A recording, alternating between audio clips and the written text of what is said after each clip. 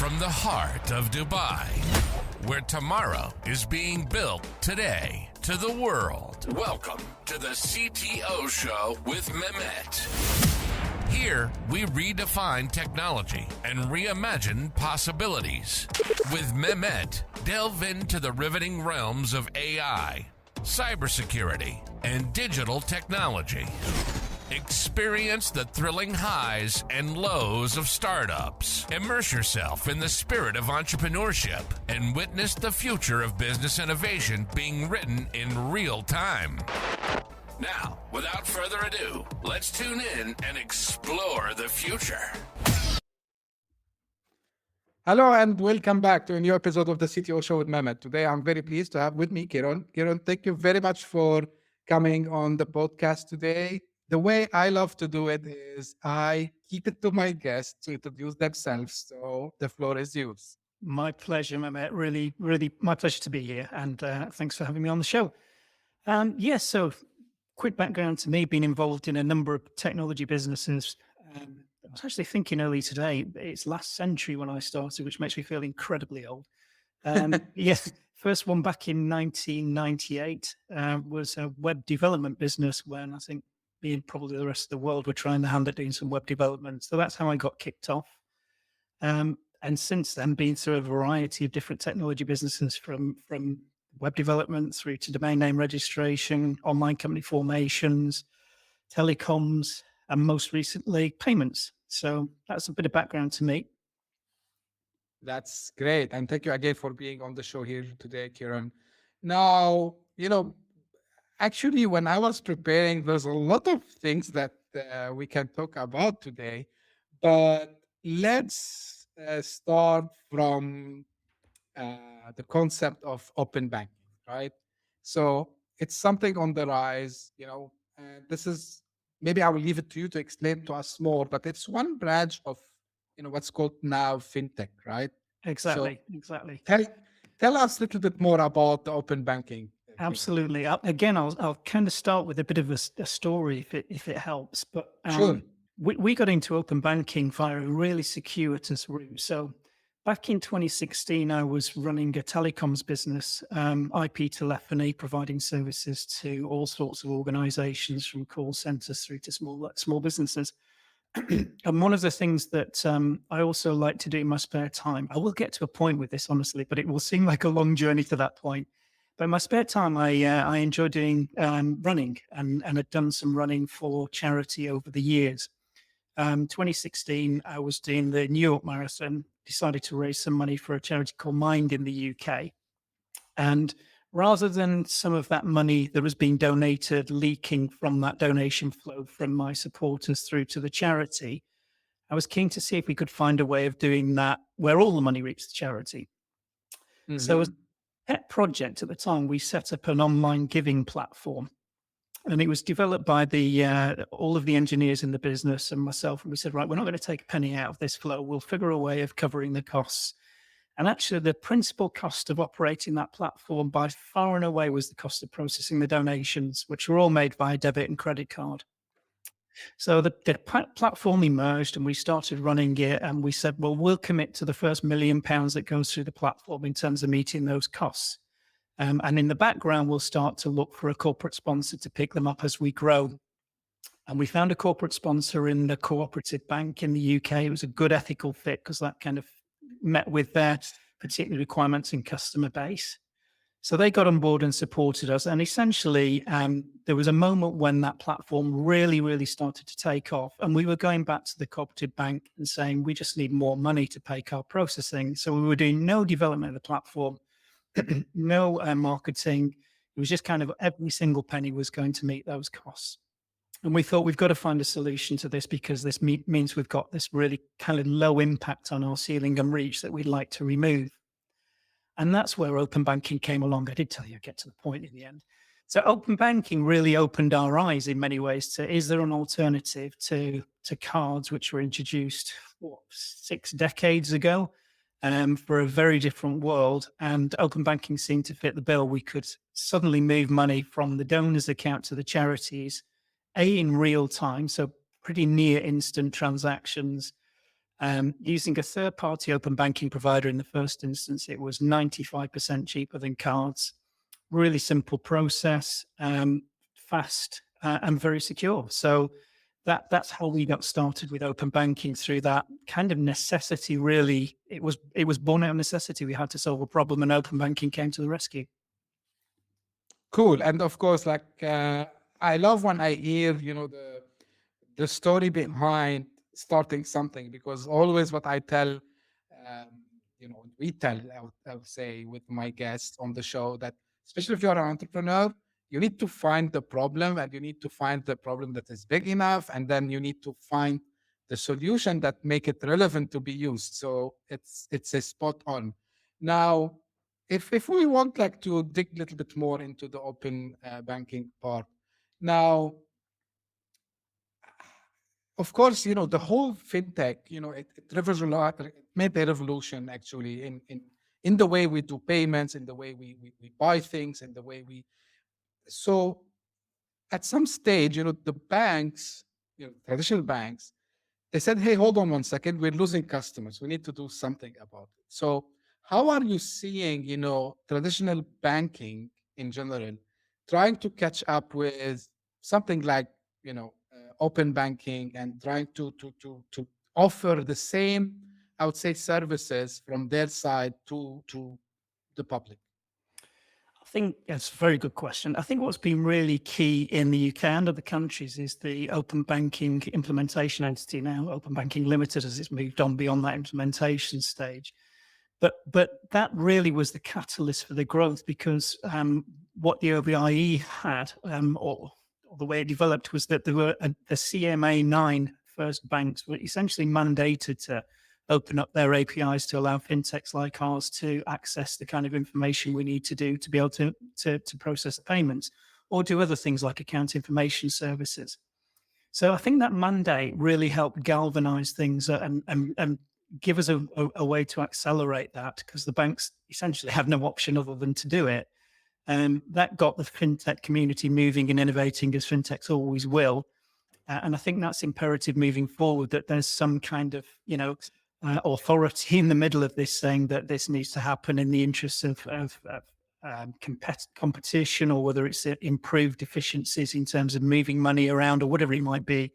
I think that's been really, really critical.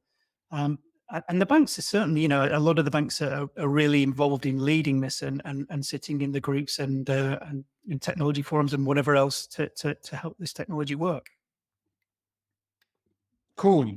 Now, a question also out of curiosity, like how difficult it was, from regulations perspective, because when it comes to this kind of sectors, especially like something like fintech, you have regulations. In health tech, you have regulations. So, what were the challenges, I would ask you, like, and how did you overcome that? It's another excellent question. I mean, a lot of people see there's almost a tension between regulation and innovation.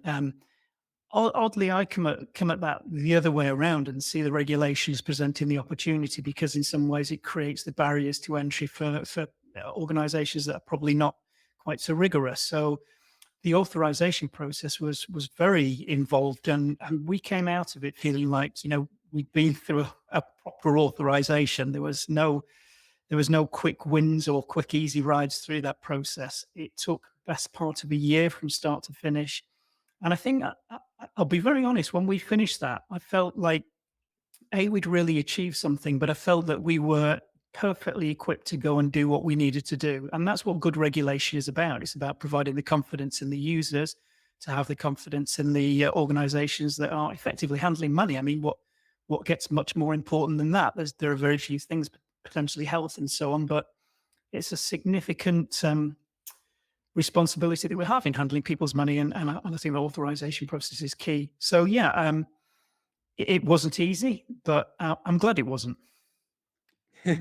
Nice. I love this. Now, another aspect is, and you've done this during, over the years during your career, Kieron, and which also I know you love to talk about it. But let's focus about this venture.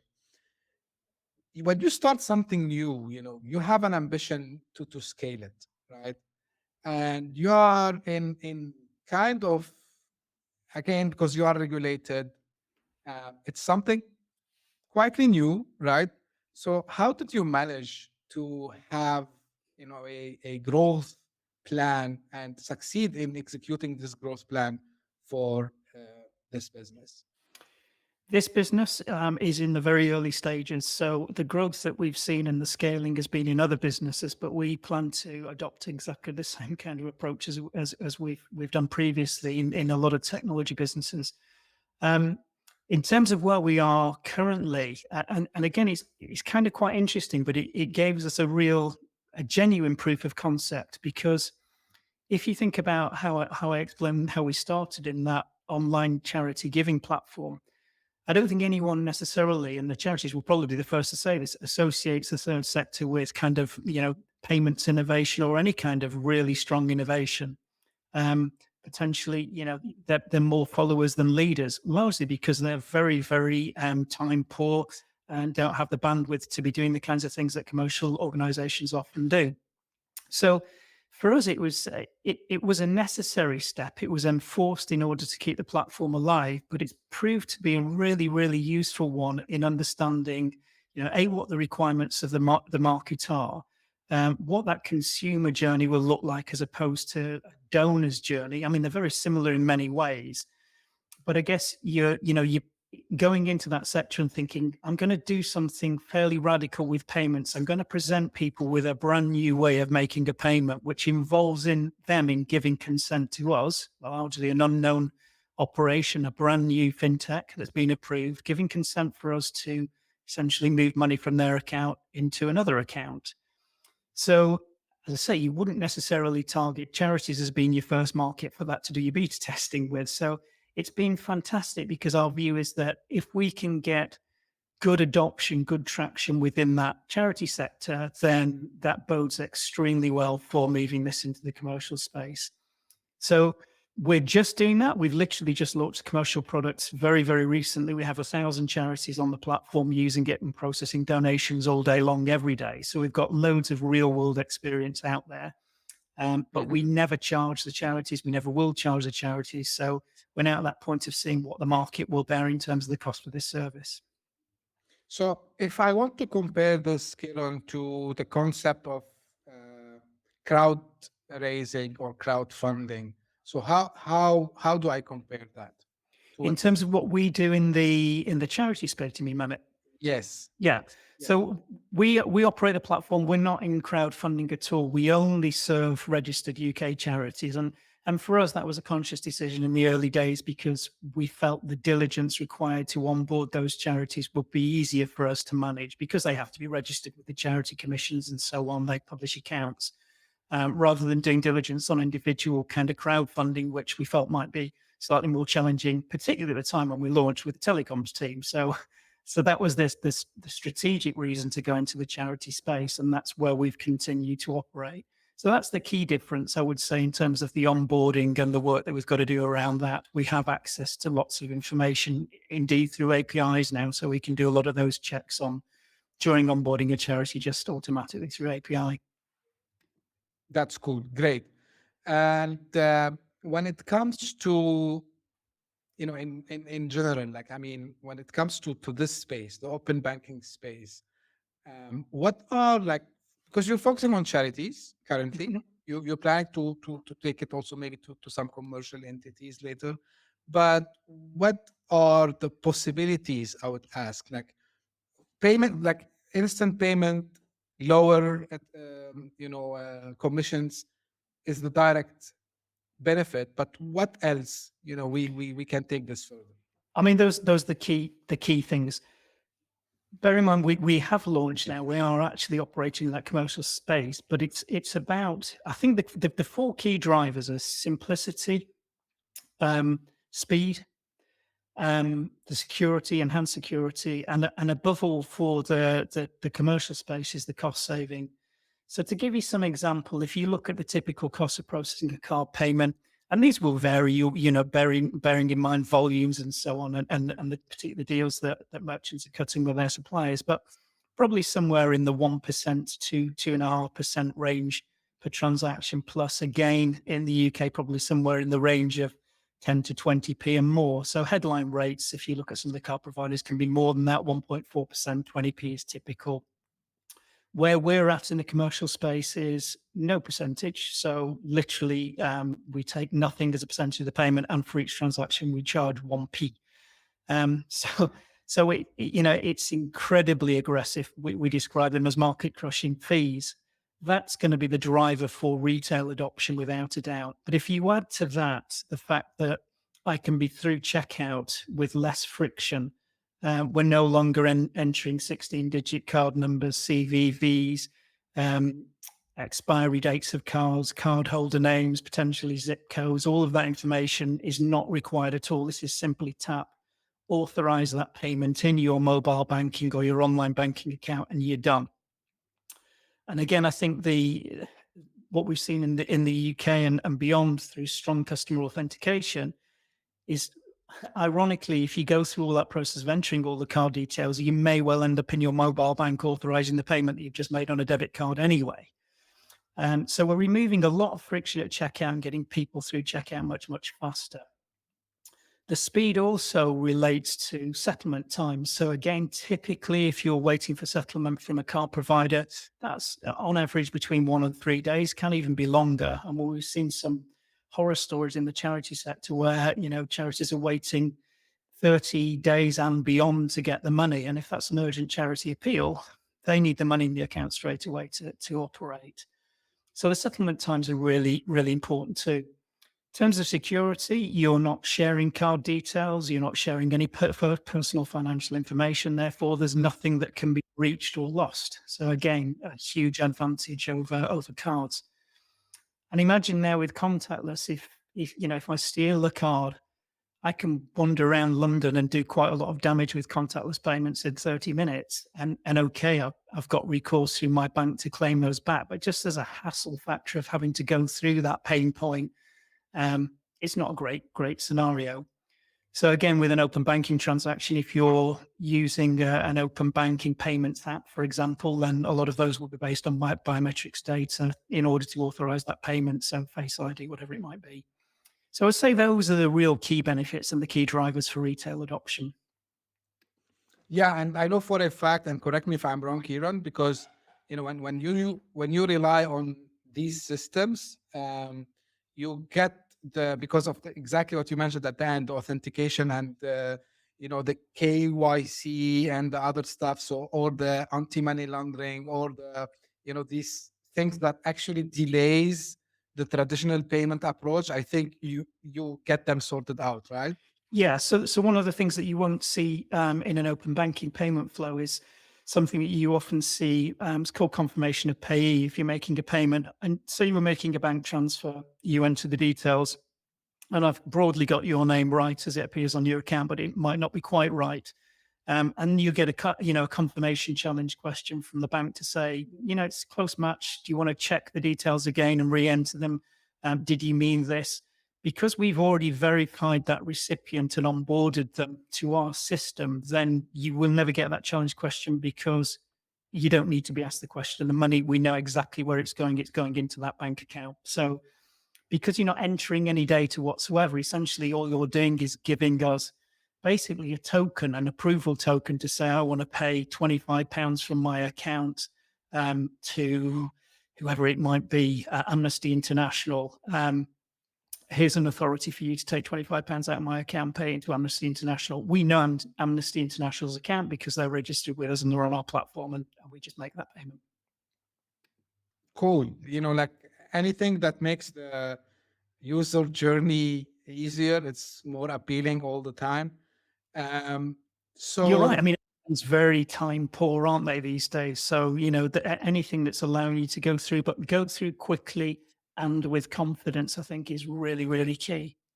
Yeah, 100%. So this is, these types of solutions that, personally I love, because, whenever you can remove friction, reduce time to do things, and remove the hassle, I would say, because you mentioned something which happened to a lot of people I know, like they get for a reason or another scammed, and their debit card or credit card gets used, and then they need to call the bank, and that the bank, I'm not sure how much it takes in the UK, but for example, here in Dubai, to reclaim the money, sometimes it can take up to 90 days, Yep. sometimes 180 days. Like it depends. If it happened inside the country, it's good because less time probably. But if something happened while you're traveling, for example, and you used your card and someone used your card, scammed you basically. So it can take 6 months until you can get your money back. And all the frustration, calling the bank, sending emails, and all this. So yeah, like it's a lot of things. Now, maybe it's a kind of generic question, I know, but because now you're inside this business, Kieran, other trends that you are seeing in fintech, like what are the hottest trends you see now from I think fintech perspective? we're quite focused on the payment side of fintech. The opportunities we have, because we've got both permissions from the FCA, so we have the AIS, the Account Information Service Provision, that would allow us to do things. I'll give you an example in the charity space. To give you an example of account information services, how we might use them. If you're making a donation through a charity platform, a lot of the things you'll see, or what you'll see very often is, oh, you're about to pay £10. Would you like to pay £10, £25, or £50? And there are three options presented, and you choose one of them. And people will just go for the middle one. And the charities will understand this. They'll have done lots of research on what's the appropriate level of donation in their sector. So again, when we look at the charities on our platform, those 10, 25, and 50 might vary considerably from one charity sector to another. However, they're still, we would describe that almost as a monologue from the charities. It's based on their research, but it's not really got a great deal of input from you as the donor. You're presented with three numbers. Yes, you can enter another amount.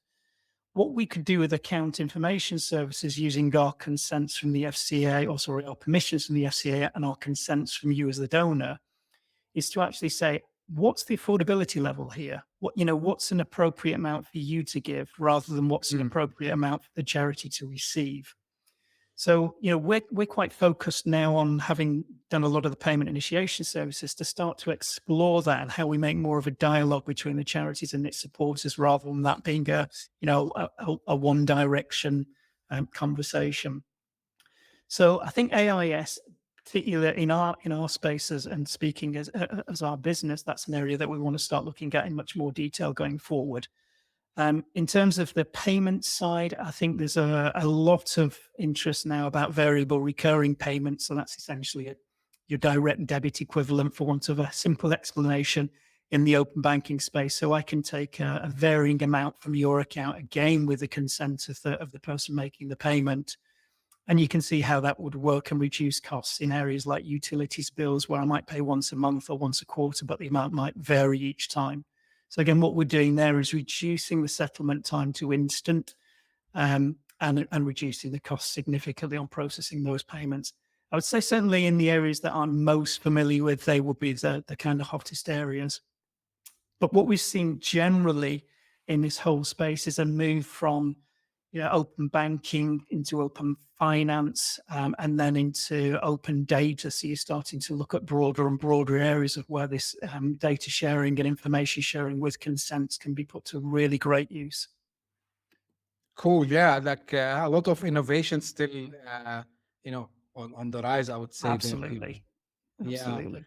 But what you just mentioned now is also fantastic, because again, back to the thing we were just discussing, removing the friction, right? So, like, if I have something that on my behalf can go and pay my bills, decide the amount, and I don't have to do it, it's fantastic, because you don't even need to get some reminders about that. You don't need to be distracted actually to get the reminder about that. So this is also something very cool. Now, And I think, sorry, yeah, just please. to go in there, one other thing I think that's really important is those, you can even still get the notifications, but they can be much more informative to you. So it can be an Exactly. informed notification. An example might be, I might want to not want to set up a regular donation to a charity, but I might want to be prompted that do you want to make a donation again? By the way, you gave them £25 last month. This month, it might be more appropriate to give 15, or it might be more appropriate to give 50. So again, I think it's the enhancement of things like that, where we can make things much more relevant to the recipient of the notification, that become really, really exciting. Yeah, cool. Now, shifting a little bit gears, Kieran, when I was, one of the reasons why also I get excited to talk to you today, when I was reading the bio, you mentioned that you have started, scaled, and exited 9 businesses. This is Yeah. a record, I would say. So you Yeah. must, so by now you must have, as they say, you have now, I mean, maybe the success formula for doing this over and over again. But this didn't come in one day. This didn't come in 1 year. Also, like it took you quite long time to reach here. What I'm interested on, Kieran, in the first place, like what attracted you actually to do this whole startup thing? A good question. I'm going to have to think back to that last century again, but funnily Sorry. enough, no, it's all good. Funnily enough, started out That's okay. in the Middle East. I'd started life as my professional life, actually. Second job was teaching business studies and economics in a high school. And I fancied a move and ended up in Oman, running a training institute for vocational training out in Oman back in 98. So this is how the journey started. And I really love doing kind of creative stuff. So I was also tasked with producing some of the marketing material for the Training Institute. And they'd asked me to put together a PDF document. And I thought, that's all very well and good, but it's 1998. Should we not be thinking about the internet? So I think that was my first ever kind of thought about, can we do something online? Finished working with the Training Institute, went back to the UK, and that's when we started the web development business. So it was kind of initially born out of necessity. I wasn't entirely sure what I wanted to do. And I knew I didn't want to teach anymore. I'd kind of done that for 4 or 5 years and was ready for a move. And then since then, I think there's been always a passion for stuff in the IT sector for sure. I've never sold anything that isn't, I always describe it as a 0 or a 1. So for me, it is all about data. It's all about things that can be done online. It's never, for me, and this is a personal preference, about physical product, about storing things, warehousing things, shipping things. I want to be able to get a solution that I can have delivered now and there's no product to ship. So I think that's been key in a lot of the areas that I've looked at moving into. I think the other one that's been really, really important in terms of how we've made this work is really starting with, again, you talked about this earlier on, what's the problem we need to solve? And how do we do that? How do we make ourselves visible? And then how do we make that experience for the customer as friction-free as we possibly can?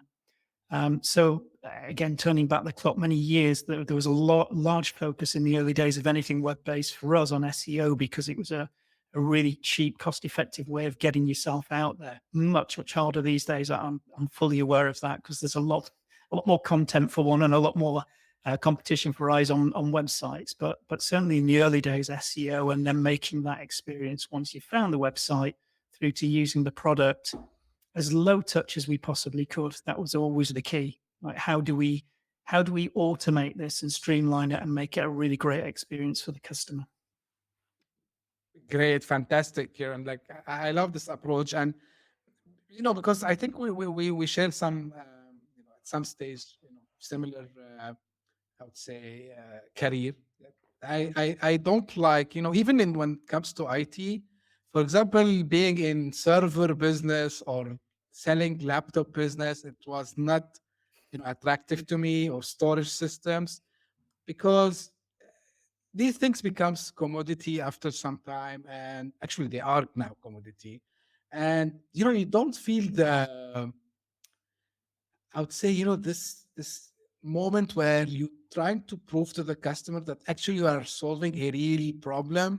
And for me, for example, if you give me now a laptop, or you give me to talk about, for example, a server or whatever, okay, I can describe it. It has this much CPU, this much RAM, the disk spins at this speed. But, again, like I'm talking about a commodity, right? So Yeah. I love talking about, things that change dramatically the customer journey. It saves them money, and I think you've done all this, Kieran, properly, I would say.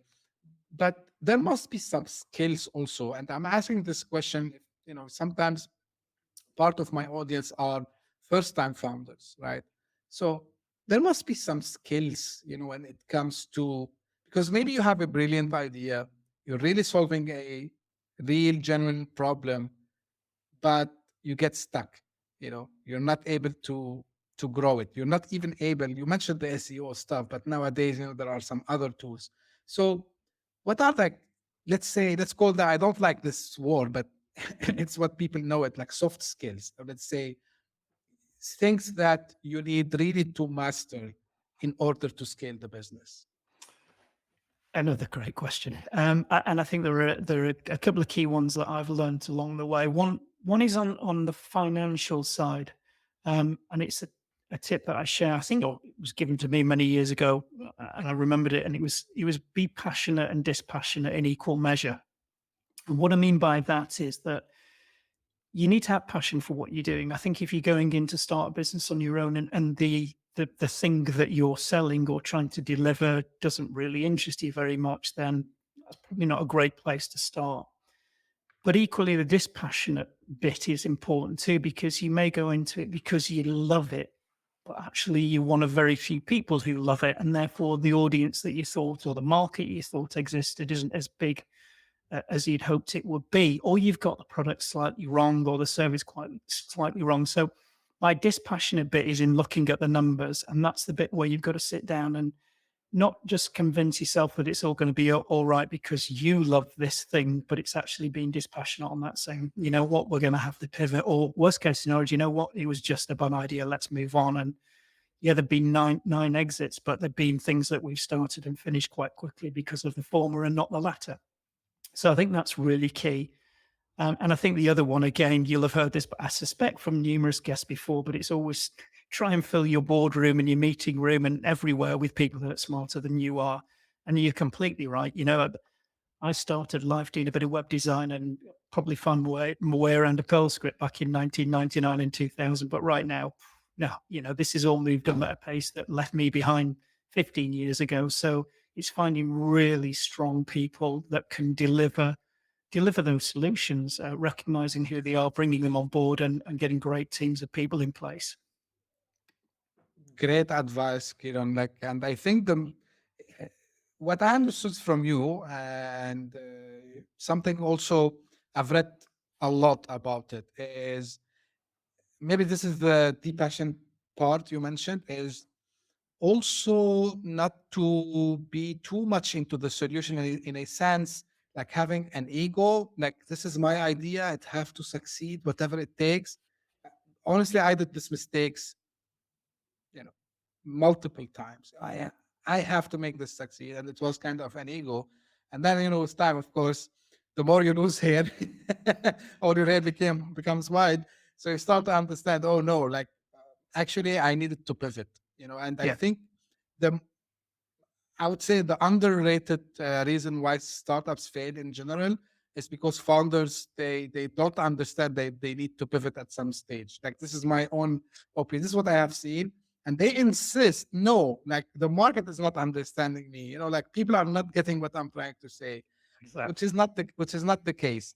Now, in this journey, Kieran, because again you did it, and even you had two listing on Nasdaq, right?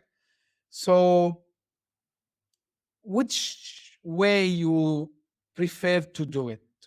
Have you done it using the bootstrapping approach? So you were using your own money, family, friends, or have you done it through investors, VCs, and so on? Or it was mix of all? And of course, I want your opinion on which approach we should take. I know that the answer it depends, but of course, with 9, successful startups, I'm sure that you have some more insight than it depends. Yeah, a couple of points there. And I will just before I move on to those, just go back to the point you were making on pivoting and so on, and also understanding ego and when it gets in the way. So just touch on that. only because it's really timely. I had a developer meeting today with all of the team and the head of technology on that call. And often I will accuse myself as well as be accused of changing direction frequently, because it's typically in response to either pressure from potential investors that you're talking to that want your product to go in a certain direction, or seeing opportunities in the market. And that's one of the real great things about being a startup, is that you can make those changes quite quickly. However, what happened over the last week was our head of technology just came up with some really, really fantastic implementations for our public API. And I said, you do realize as a result of those ideas that you've just come up with, we're probably going to change the development roadmap for the next 3 months and move 2 or 3 things out of the way and advance this. So, those ideas should be welcome. They should come from everybody in the team. It doesn't need to be a head of technology. It can be anybody, and really be always listening to what they are and responding to them. Not least because you get so much buy-in from everybody if they're coming not just from the top all of the time, but everyone feels like their product idea is getting a listening. So that's really important. In terms of approaches, 9 exits. That's between myself and my co-founder over these 30 years. So I've never before directly raised, although we're in the process of doing that now. My co-founder's done it a number of times. So different businesses that we've been involved in, and we've exited together. It's cumulative 9, or a combined 9 rather. This is an interesting one because this business so far is founder funded on the basis of the last exits we did from the telecoms business, and we're just raising now. Prior to this, I don't think any of the businesses has been, it's not just revenue positive pretty much from day one, but actually made a profit pretty much from day one, is the way that we've started them. And they've grown fairly slowly and fairly organically in the overall scheme of things, based on things like SEO. So, minimal spend on that in producing content 10, 15 years ago, and just watch the organizations grow without spending huge amounts on marketing, without bringing in any external funding, and then moving on and selling fairly quickly, or fairly quickly in the scheme of things being like 5 years or so, but not fairly quickly in terms of bringing in external funding and accelerating your market much more rapidly. So I can't give you an opinion on whether I prefer the latter to the former. I will say that trying to raise over the last couple of years in the fintech sector, anyone who's been doing that will tell you it's not been much fun since 2021. So it's definitely a challenging environment out there. And again, quite rightly so. It's a bit like the FCA piece. I'd rather someone was being super diligent about what they're investing in than just throwing money around willy-nilly. So it is probably a good thing. But yeah, done it organically till now. We've raised in the past. The only other observation I'd make, if it's helpful too, in terms of that process for selling, is be thinking about it from the very moment you start your business. If that's your intention, is to sell at some point in the future. And what I mean by that is that if you get really well prepared and you've got everything in place, a bit like your data room, if you're raising money, you've almost got your similar files in Dropbox or wherever it might be, preparing for the diligence that's going to happen when you sell the business. So every contract that you're signing with everybody, make sure all the paperwork's in place, and you always got one eye to that as you're developing the business. It will really help when it comes to that exit, that sale. You touched base. You touched base on something really key here, and I had the chance to be, not for me, but to be sitting with founders on investors' calls. And the question that they get asked, what is your exit strategy? Right? So I see a lot of times, the founders, like, they start to look to each other's, okay, we just started, right? Yeah. So because when you go to an investor, they need to understand, what's your ambition in this business, and are you going to sell it, as you mentioned? What's your plan? Are you going to an IPO? Are you going just to reach a certain, I don't know, like maybe a target in your head? You said, okay, I want to do this amount of dollars, pounds, whatever, in a year, and then I'm gonna go retire, sell it to someone, I'm gonna merge it. So yeah, I think it's a tricky question, and I see a lot of first-time founders, they yeah, they are passionate. Back to the passion thing you mentioned, they are passionate about what they're doing, and actually, they are pretty much doing something cool, but they don't have an answer to that question Uh, because I uh, think, You're right? I you're agree. right. No, you're completely right. And I think you're also right. There is no right or wrong answer to the question, but there needs to be an answer. And it's that kind of, oh, I've not even thought about that, which is the thing that's probably not greeted very well by anybody who's looking to invest or so on. It's just that you must have some idea. So even if your idea is that might emerge and evolve and could be a number of different routes, it could be an acquisition by a competitor, it could be an IPO, it could be, but do give it some thought and just, I don't think anyone's going to hold you to the answer that you give at the time of that meeting, but I think it's good that they're looking that you've given some thought to that. Um, and if people are investing, then they probably are looking for you to have an exit idea at some point, or at least a strategy, rather than it be a lifestyle business that they're never going to see any significant return from, or any return. Right. And I think because also the landscape of startups currently is very different than it was maybe a couple of decades, if I can be accurate, where, yeah, you start a company and this company really, it can have like, it's like 100+ years company. Like we talk here about Yes. Microsoft, we talk about Apple, we talk about, the big guys. Now, we see like actually these startups, they either get acquired even when they do IPO, they don't stay there for a long time. You see them like at some stage, someone go and acquire them after some time. And it's a crowded market, Kieran, right? Do you agree with me? It's a crowded market out there. Yeah, absolutely. Definitely kind of vying for attention. And in the fintech space, I think, that there are a lot of payment providers out there. So doing something different from our point of view is really important. What's the uniqueness that we bring to this space? And again, we're kind of lucky that we've got a genuine tech for good heritage. And I say that because a lot of these phrases do get hijacked. I'll often joke that if you've not got ESG in your company profile or about page on your website at the moment, then who are you? So it's a shame that some of the phrases get hijacked and so on. But I think that's one of our genuine advantages. It is absolutely how we got started. So I think that can set us apart. And I think you've got to do that when the space is crowded. How do you differentiate? These are all very obvious things that you'll read in any business book, but they're in any business book because they're important. You need to think about that and think about how you make yourself different. 100%. And this is why I'm a little biased by the blue ocean strategy, right? So I tell them if you are in a crowded market, maybe you'll succeed, but your chances get lower Yeah. because if you don't have a real differentiator, or I mean, like, let's call it value add, right? In the marketplace, who cares? Yeah, I know some people get upset with that, but this is the truth.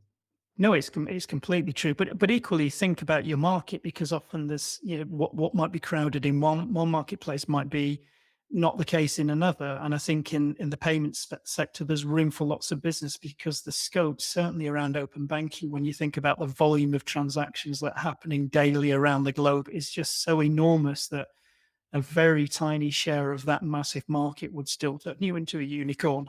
So, markets are all different, and some are much more limited in terms of the number of players in them than others. That's not to say that you won't see a lot of consolidation. I'm sure you will, even in this space. I'm sure it's going to happen.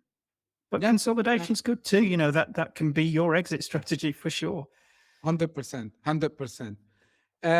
Kieran, like, if as we are coming almost to an end, if you want to leave the audience with some, I would say, advice, word of wisdom, what do you tell someone who maybe he or she, they're just starting their journey in entrepreneurship? So what you would leave them with today? I think the advice is to be prepared for the journey, in the sense that there are a lot of times when you think it's going to be really straightforward and you can't understand why people don't see the solution that's so plainly in front of your eyes, the solution to a problem that seems equally apparent. Keep battling on.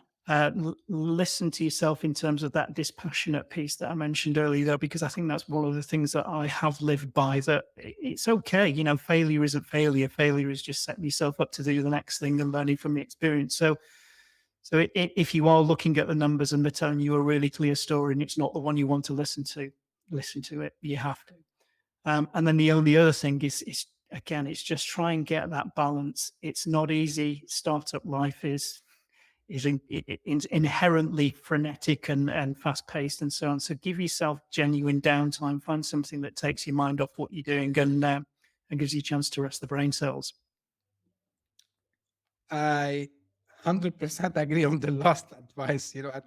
I need to give it to myself also as well, because sometimes, you get excited, a lot of things, there's a lot of stress. There are also a lot of excitement moments, but the brain cells need some rest. That's correct. Kieron, anything that I have missed, I should have asked today? I think it's been an incredibly comprehensive interview, at least from my point of view. I hope your listeners agree. But no, fantastic questions, and my pleasure really to be on the show. My pleasure. Where we can find more about you, Kieron? Domain name's really straightforward. We started the fundraising platform at wonderful.org, and it's been there ever since. Again, going back to those domain name registration days, we registered wonderful.co.uk, which is where the commercial service exists, back in 1998, so straight out of Nominet. Wonderful.co.uk and wonderful.org are the two sites you'll find me. Great. I will make sure that they are in the show notes.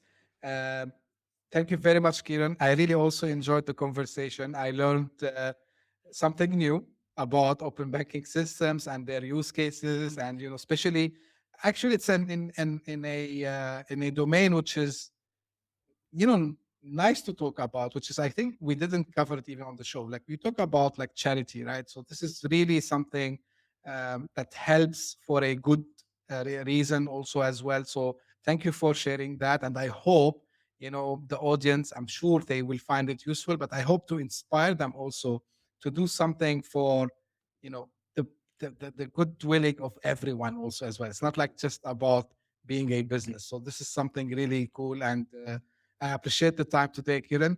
And the way I end my episodes is just for the audience. If you are a first-time visitor here, thank you for passing by. I hope you become a loyal fan. So if you are listening to this podcast episode on your favorite podcasting platforms, make sure you subscribe. And if you are watching us on YouTube, so make sure also you subscribe. And if you are one of the loyal audience, thank you very much for all your emails, for all your messages that you keep sending to me. I really appreciate the feedback. Keep them coming. And we also, if you have any suggestion, idea for the show, also let me know. And if you're interested to be on the show as well, don't hesitate, reach out. We can find and arrange a time to record together. Time zone is not an issue. As I always say, we can always find a fit. I'm kind of in the middle of a time zone that can suit the whole world. So don't hesitate to reach out. And thank you very much for tuning in. We'll meet again very soon. Hit that subscribe button. Share the show with your tech-savvy friends and fellow entrepreneurs. And leave us a review on your favorite podcast app. Your support means the world to us.